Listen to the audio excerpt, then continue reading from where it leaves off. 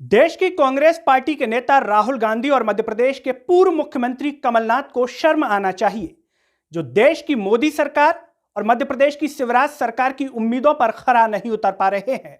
ऐसा लग रहा है कि देश की मोदी सरकार और मध्य प्रदेश की शिवराज सरकार उम्मीद लगाए बैठी है कि देश के अंदर राहुल गांधी और मध्य प्रदेश के अंदर कमलनाथ युवाओं को रोजगार दें। नमस्कार, मैं हूं गिरिराज शर्मा और आप देख रहे हैं सरल टॉक। सभी से एक ही अपील है कि इस आवाज को सब्सक्राइब कीजिए और इसे सोशल मीडिया के हर प्लेटफॉर्म पर ज्यादा से ज्यादा शेयर कीजिए। दोस्तों, देश की मोदी सरकार आखिर क्या क्या करे और कैसे करे? देश की मोदी सरकार तो शायद इसलिए आई है कि वो देश के संस्थानों को बेच सके। ये इतना आसान काम नहीं है दोस्तों, इसके लिए मेहनत लगती है। अगर इतना आसान होता तो जो पार्टी 70 सालों से देश पर राज कर रही थी, क्या वो नहीं बेच सकती थी देश की इन संस्थाओं को? क्या इनको प्राइवेट नहीं कर सकती थी? लेकिन ऐसा गुणी कार्य सिर्फ मोदी सरकार ही कर सकती है। अब युवा उम्मीद लगाए बैठे हैं कि रोजगार मोदी जी ही दें। क्या देश के विपक्ष का बिल्कुल भी योगदान नहीं बनता?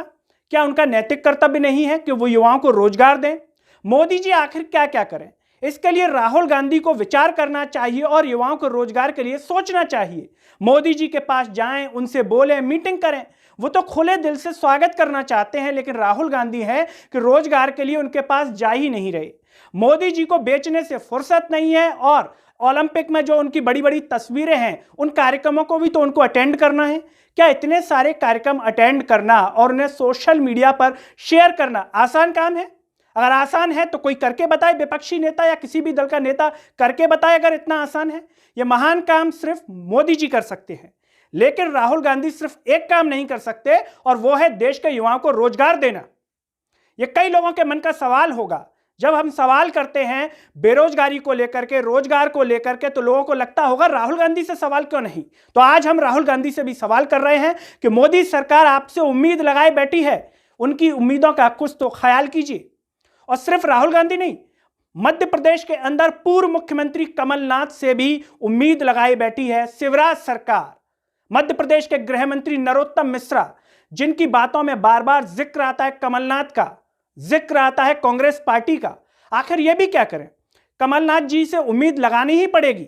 आखिर नरोत्तम मिश्रा जी अकेले क्या करें? उन्हें बाढ़ पीड़ित क्षेत्रों में भी जाना पड़ता है, कई जगह शक्तिमान भी बन जाते हैं। यह आसान काम नहीं है।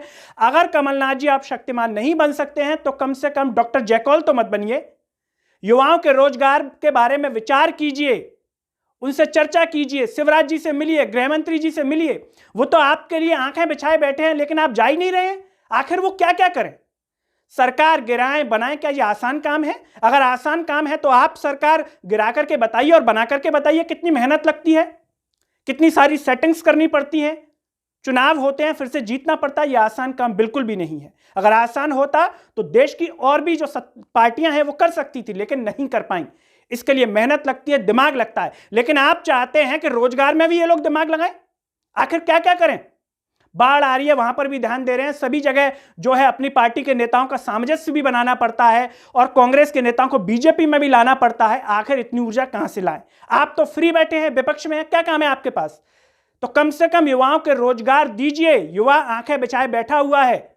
शिवराज जी और मोदी जी के पास टाइम नहीं है, तो कम से कम आप टाइम निकालिए। दोस्तों, सवाल उसी से होगा जो पदों पर होगा।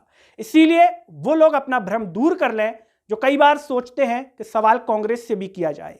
अगर सत्ता में होगी तो सवाल निश्चित होगा, लेकिन सवाल उसी से किया जाता है जो सत्ता में होता है। जो दल सत्ता में नहीं, सवाल उससे कैसे किया जा सकता है? जिसके पास पावर नहीं, सवाल उससे कैसे किया जा सकता है? दोस्तों, रोजगार को लेकर के आप किसे जिम्मेदार मानते हैं? मोदी सरकार, शिवराज सरकार, राहुल गांधी, कमलनाथ? जिसको भी मानते हैं कमेंट बॉक्स में अपनी राय जरूर दीजिए। चैनल को सब्सक्राइब कीजिए और वीडियो को ज्यादा से ज्यादा शेयर कीजिए। अगले वीडियो में आपसे फिर होगी मुलाकात। तब तक के लिए मुझे दीजिए इजाजत। नमस्कार।